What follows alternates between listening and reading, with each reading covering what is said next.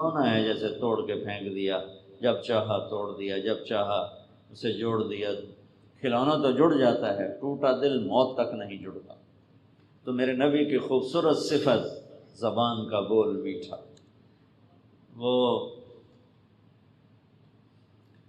طفیل ابن عمر دوسی بیت اللہ کا طواف کر رہے تھے، تو ان کو مکے والوں نے کہا کہ یہاں ایک جادوگر آیا ہے، جو سنتا اسی کا ہو جاتا۔ تو انہوں نے نا ڈر کے نا ایسے روئی کے بنا کے نا گولے اور اپنے کان میں ڈال دی کہ میں تو سنوں گا ہی نہیں، کہ میرے اوپر جادو نہ چل جائے۔ طواف کر رہا تھا تو اس کی نظر پڑی ہمارے نبی پر، آپ نماز پڑھ رہے تھے، تو ایک دم اس کے دل میں کشش آئی، کیا نورانی چہرہ ہے۔ تو ساتھ والے سے پوچھتا ہے یہ آدمی کون ہے؟ تو وہ کہتا ہوا یہ وہی جادوگر ہے جس سے ہم تمہیں ڈرا رہے تھے۔ تو طفیل کہتے ہیں میرے جی میں آیا یہ چہرہ جادوگر کا تو نہیں ہوا، ان کے چہروں پر تو نحوست ہوتی، یہاں تو نور ہی نور ہے، اور میں اتنا بڑا سردار آدمی ہوں اپنی قوم کا، مجھے اتنا بھی نہیں پتہ غلط کیا ٹھیک کیا ہے، میں اس کی سنتا ہوں، ہو سکتا ہے اچھی بات ہو تو میں لے لوں گا، اور اگر جادو ٹونا ہوگا تو میں نہیں لوں گا، میں کہڑا کوئی ان پڑھ نادان۔ روئی نکالی طواف پورا کر کے اور آ کے بیٹھ گیا اللہ کے نبی کے پاس۔ آپ نفل پڑھ رہے تھے، آپ نفلوں سے فارغ ہوئے تو کہنے لگا ما تقول یا محمد، اے محمد کیا بات کرتے ہو تم؟ تو آپ نے کہا ان الحمد للہ احمدہ واستعینہ واؤمن بہ واستغفرہ واتوکل علیہ، اعوذ باللہ من شرور انفسنا ومن سیئات اعمالنا من یہدہ اللہ فلا مضل لہ ومن یضللہ فلا ہادی لہ۔ جو ہم خطبہ پڑھتے ہیں نا، ان الحمد للہ احمدہ واستعینہ واؤمن بہ واتوکل علیہ من یہدہ اللہ فلا مضل لہ ومن یضللہ فلا ہادی لہ۔ اچھا میں ترجمہ بھی کر دوں تو آپ کے لیے کوئی کشش نہیں، میرے لیے کوئی کشش نہیں، یہ کلام عربی ہے، سننے والا عرب ہے اور کلام کو سمجھتا ہے، اس کا ریئیکشن کیا تھا۔ سب تعریفیں اللہ کی، اس کی تعریف کرتا ہوں، اس پہ توکل کرتا ہوں، اس کی مدد کا طلبگار ہوں، جسے ہدایت دے اسے گمراہ کوئی نہیں کرتا، جس سے گمراہ کر دے اسے ہدایت کوئی نہیں دیتا۔ تو ترجمے میں کوئی آپ کے دل دماغ پہ کوئی جھٹکا لگے کچھ بھی نہیں، لیکن وہ عرب تھا، کلام عربی تھا۔ کہنے لگا اعد فقد بلغنا قاموس البحر، ارے محمد صلی اللہ علیہ وسلم دوبارہ کہنا، تیرے ایک جملے نے ساتوں سمندر پی لیے، تیرے ایک جملے نے ساتوں سمندر پی لیے، دوبارہ کہنا۔ ہم نے کہا ان الحمد للہ احمدہ واستعینہ واؤمن بہ واتوکل علیہ من یہدہ اللہ فلا مضل لہ ومن یضللہ فلا ہادی لہ۔ کہنے کا ہاتھ بڑھا، مجھے ایمان کلمہ پڑھا۔ لا یقول الخنا، بھائیو سب سے زیادہ روزہ ہمارا گندا ہوتا ہے اس زبان، گالیاں، جھوٹ، غیبت، چغلی، شکایتیں، الزام، بہتان، جھوٹے دعوے، جھوٹی گواہیاں، جھوٹی باتیں، اور لوگوں کی غیبت، لوگوں کا دل توڑنا، اس سے سب سے زیادہ روزہ خراب ہوتا ہے۔ اور صرف روزہ نہیں، پورا معاشرہ تباہ ہو جاتا ہے، پورا خاندان تباہ ہو جاتا ہے۔ روزانہ مجھے لڑائی جھگڑے سننے پڑتے ہیں فیملیز کے، تو جتنی لڑائیاں ہیں 99.9 یعنی اشاریہ ایک بیچ میں سے نکال دو، 99.9 لڑائیاں اس زبان کی وجہ سے، کہ نہ ادھر والوں کی زبان قابو میں ہے نہ ادھر والوں کی زبان قابو میں ہے، اور اس کا زہر ایسا ہے کہ کوبرے کی تو ویکسین تیار ہو گئی ہے، وہ لگاؤ تو اس کا اثر زائل ہو جاتا ہے۔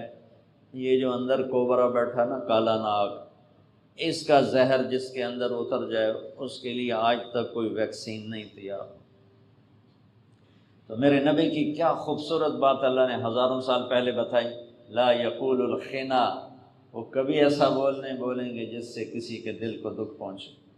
اگلی بات جو چال پر میں نے بتایا تھا کہ اللہ پہ قربان جاؤں، اللہ نے ہمیں چلنا بھی سیکھا کہ چلنا کیسے، لا تمش فی الارض مرحا انک لن تخرق الارض ولن تبلغ الجبال طولا کل ذلک کان سیئہ عند ربک مکروہا، یعنی میرے پاؤں بھی روزہ رکھیں، میں یہ بات کر رہا تھا، میرے ہاتھ روزہ رکھیں، غلط نہ تولو، اکثر تاجر بیٹھے ہو غلط نہ تولو،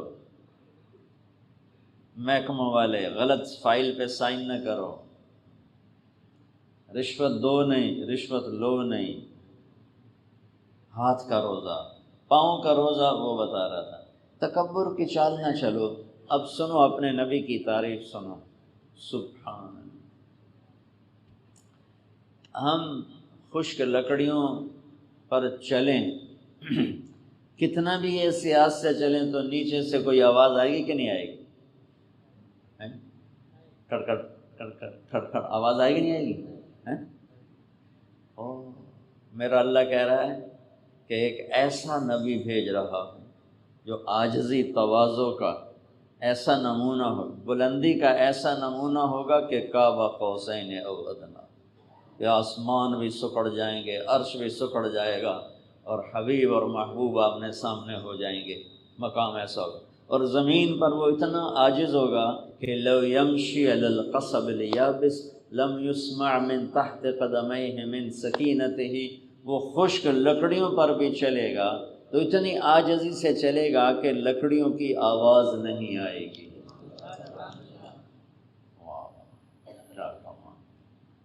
کتنی احتیاط، خشک پتوں پر تو کوئی چڑیا بیٹھ جائے تو کھڑ کھڑ کی آواز آتی ہے، لیکن میرا رب اس نبی کی تعریف فرماتے ہوئے فرما رہا ہے کہ خشک لکڑیوں پر بھی چلیں گے تو آواز نہیں آئے گی، ایسی تواضع والا نبی ہوگا۔ یہ دو ہی باتیں آپ روزے میں لے لو، ایک زبان پہ، کھاتے تو نہیں اللہ کا فضل ہے، پیتے بھی نہیں اللہ کا فضل ہے، ایک پابندی اور لگا دیں، اس سے جھوٹ نہیں بولنا، اس سے گالی نہیں دینی، اس سے غیبت نہیں کرنی، اس سے کسی کو دل توڑنے والی بات نہیں کرنی ہے۔ لوگوں کے میرے نبی نے یہاں تک فرمایا فَإِذَا صَابَكَ أَحَدٌ، اگر کوئی تمہیں ماں بہن کی گالی بھی دے، اگر کوئی تمہیں ماں بہن کی گالی بھی دے تو تم کہنا انی صائمٌ، بھائی میرا روزہ ہے، میں جواب نہیں دے سکتا، میرا روزہ ہے۔ یہ اتنی بڑی دولت ہے جن بھائیوں نے رکھا ہوا ہے، خوش قسمت ہیں کہ ایک بہت بڑا فریضہ میرے اللہ کا ہماری طرف متوجہ ہے، اور اللہ کا شکر ہے کہ امت اس کو رکھ رہی، کچھ اور ہیں، کچھ غافل اب بھی ہیں جو نہیں رکھ رہے، لیکن میرے بھائیوں بہت بڑا فریضہ اسلام ہماری طرف متوجہ ہے۔ اور یہ صیام اور صوم کا میں نے آپ کو فرق بتایا، صوم ہے صرف جانور کی طرح منہ بند کر کے بیٹھ جانا، اور صیام ہے دماغ کی سوچ سے لے کر پاؤں کی چال تک کو روزے میں لے آنا، کہ یہاں تکبر، ادھر نفرت، ادھر کھوٹ، ادھر خیانت، ادھر گالی گلوچ، ادھر گانا موسیقی، ان ساری چیزوں سے روزہ رکھ دو۔ جو ایسا روزہ رکھے گا تو اللہ تعالیٰ اس کے لیے کیا کہتا ہے، لعلکم تتقون، تمہیں تقویٰ ملے گا، تمہیں تقویٰ ملے گا۔ تقویٰ کیا چیز ہے؟ یہ جنت کی چابی ہے، جنت کی چابی ہے۔ جنت کی چابی کیسے ہے؟ سارعوا الی مغفرۃ من ربکم وجنۃ عرضها السماوات والارض، دوڑ لگاؤ، کدھر یا اللہ؟ اس جنت کی دوڑ لگاؤ جس کی سبحان اللہ چوڑائی ساتوں آسمان زمین یوں جوڑ دو ایسے،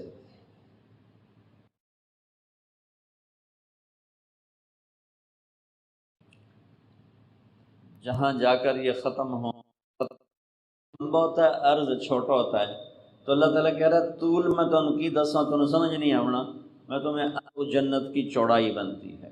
وہ زمین آسمان کیا بلا ہے، زمین تو چلو ہماری چھوٹی سی ہے، آسمان کیا چیز ہے؟ اللہ کے عرش کے نیچے ایویں ایک پاسے، یہ نہیں کہ سارے عرش، ایک پاسے کسی کونے ایک سمندر ہے جس میں ایک لہر جو اٹھتی ہے تو 7 زمین آسمان کے برابر اٹھتی ہے، ایک موج کا تم روزہ رکھو، کیا ہوگا؟ یہ جنت کی چابی ہے۔ عبداللہ بن زبیر رضی اللہ تعالیٰ عنہ پہلی رمضان کی افطاری کھاتے تھے اور سحری کھاتے تھے اور روزہ رکھتے تھے اور افطار کرتے تھے 15 رمضان کو جا کے 15 دن نہ کھانا نہ پینا، اس کو کہتے ہیں صوم وصال۔ 15 دن کے بعد افطاری فرماتے، پھر 16ویں روزے کی سحری کرتے اور 29 ہوتا یا 30 ہوتا اس پہ جا کے اس کی افطاری کرتے تھے۔ اللہ نے ان کو اتنی طاقت دی تھی، انہوں نے اللہ کے نبی کا خون پیا تھا۔ یہ خون وہ لگواتے ہیں، جونکیں لگواتے ہیں تو اس سے خون نکلا، تو آپ نے عبداللہ بن زبیر کو دے کر فرمایا کہ اس کو جا کے دفن کر کے آؤ۔ وہ باہر گئے اور سارا پی لیا، تو جب اندر آئے تو آپ نے فرمایا دفن کر دیا؟ کہا ہاں جی، وہاں کیا ہے جہاں کوئی دیکھ ہی نہیں سکتا۔ تو آپ نے کہا لعلہ کا شرب تھا، لگتا ہے تو نے پی لیا؟ کہا ہاں جی پی لیا۔ کہا بس اب لوگوں کی خیر نہیں۔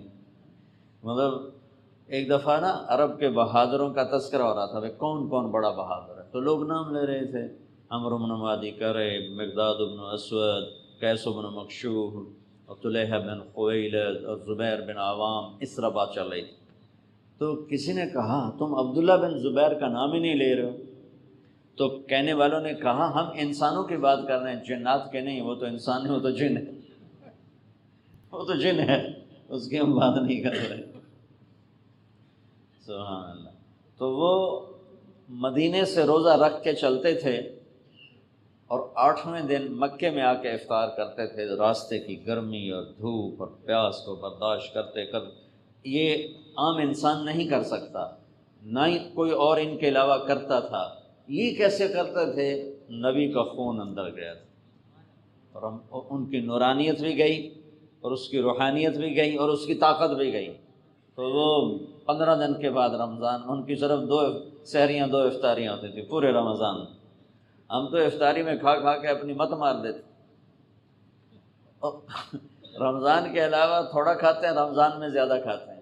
حالانکہ رمضان کا مہینہ ہے کم کھانے کا، افطاری تھوڑی کرو، سحری تھوڑی کرو، تاکہ تمہیں بھوک لگے، اس بھوک سے تمہارے جسم کے فاسد مادے جلیں، تمہارے معدے کو ریسٹ آئے، آنتوں کا ریسٹ آئے، جگر کو آرام ملے، پتے کو آرام ملے، تلی کو آرام ملے۔ لیکن تم تو سموسوں سے اپنی تباہی پھیر دیتے۔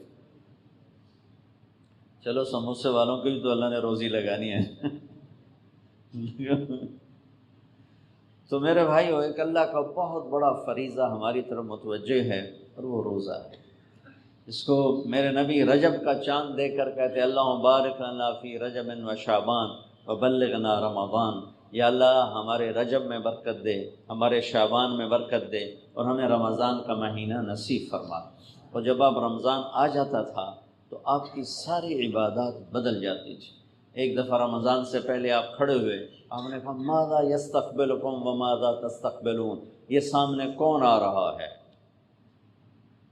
میں آپ سے کہوں کہ وہ کون آ رہا ہے تو آپ پیچھے مڑ کے دیکھو گے کون آ رہا ہے۔ تو آپ نے کہا یہ کون آ رہا ہے؟ تو صحابہ نے مڑ کے دیکھا، بندہ ہی کوئی نہیں۔ پھر آپ نے کہا ماذا یستقبلکم وماذا تستقبلون، یہ کون آ رہا ہے؟ تو انہوں نے پھر مڑ کے دیکھا تو کوئی نہیں۔ پھر تیسری دفعہ ماذا یستقبلکم وماذا تستقبلون، یہ کون آ رہا ہے؟ تو حضرت عمر کھڑے ہو گئے، یا رسول اللہ بندہ تو کوئی ہے نہیں۔ تو کہ اوحی نزل، کوئی وحی آئی ہے جو ہم نہیں دیکھ رہے آپ دیکھ رہے ہیں؟ آپ نے کہا نہیں وحی نہیں آئی۔ اچھا عدو حضر، کیا کوئی دشمن آ گیا ہے جو آپ کی نظر دیکھ رہی ہے دیوار سے پار بھی اور ہم نہیں دیکھ رہے، تو ہم کوئی تیاری کریں تلواراں چاہیے؟ تو فرمایا نہیں۔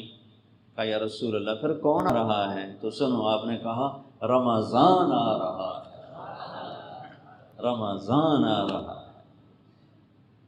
رمضان کا مطلب ہے جل جانا۔ اس مہینے کا نام رمضان کیوں رکھا ہے؟ کہ اس میں پورے سال کے گناہوں کو اللہ جلا دیتا ہے۔ بھوک ایک آگ لگاتی ہے، پیاس ایک آگ لگاتی ہے۔ مجھ سے بولنا کیوں مشکل ہو رہا ہے کہ میری عادت ہے پانی پینے کی، تو مجھے تکلف ہو رہا ہے بولنے میں کہ گلا ساتھ نہیں دے رہا ہے۔ تو کیا ہوتا ہے جب بھوک لگتی ہے اور جب پیاس لگتی ہے تو ایک حرارت پیدا ہوتی ہے، خالی مشین چلتی ہے تو رگڑ پیدا ہوتی ہے، اس میں آئل ہو گریس ہو تو پھر وہ رگڑ نہیں ہوتی، تو اس سے ایک آگ پیدا ہوتی ہے۔ پچھلے 330 دنوں کے گناہ، 11 مہینے، 11 یا 33، 330 دنوں کے گناہوں کو اللہ ایک ایک کر کے اس روزے کی بھوک کی آگ میں ڈالتا ہے اور جلاتا ہے، ڈالتا ہے جلاتا ہے۔ کپڑا دھلتا ہے پانی سے، لوہا اور دھات کو دھویا جاتا ہے آگ سے، گناہوں کو بھی اللہ دھوتا ہے روزے دار کے روزے کی بھوک کی آگ سے۔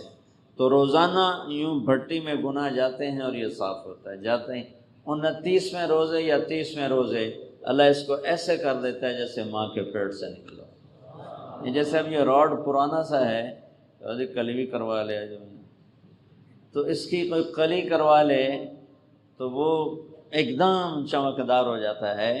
تو ایسے ہی 30 دن مسلسل جب نوجوان، بوڑھے، ہمت والے، کمزور مریض کو اللہ نے اجازت خود دے دی ہے، جب وہ روزہ رکھتے ہیں اور پورا مہینہ اس میں وہ چلتے ہیں تو آخری رات اللہ ان کو بہت صاف کر کے یوں کر دیتا ہے جیسے وہ آج ماں کے پیٹ سے نکل کے آئے۔ سبحان۔ اور ایک اور حدیث، میں کئی دنوں سے رمضان بیان کر رہا ہوں لیکن یہ حدیث ایک دفعہ بھی بیان نہیں ہوئی، ابھی آپ کی برکت سے یاد آئی۔ عملان موجبان وعملان بامثالہما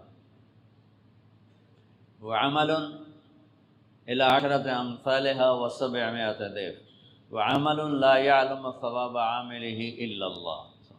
میرے نبی نے فرمایا 2 عمل ایسے ہیں جن کی جزا واجب ہے، من مات یؤمن باللہ دخل الجنہ، جو کلمہ پڑھ کے مر گیا وہ جنت میں جا کے رہے، جنت میں جا کے رہے، جس کا آخری کلام لا الہ الا اللہ ہوگا وہ جنت میں جا کے رہے۔ چاہے ساری زندگی اس کی وہ پٹھی سیدھی گزری ہوئی، اگر موت پہ کلمہ کہہ گیا، اس لیے کسی کو حقیر نہ جان، کسی کو حقیر نہ جان۔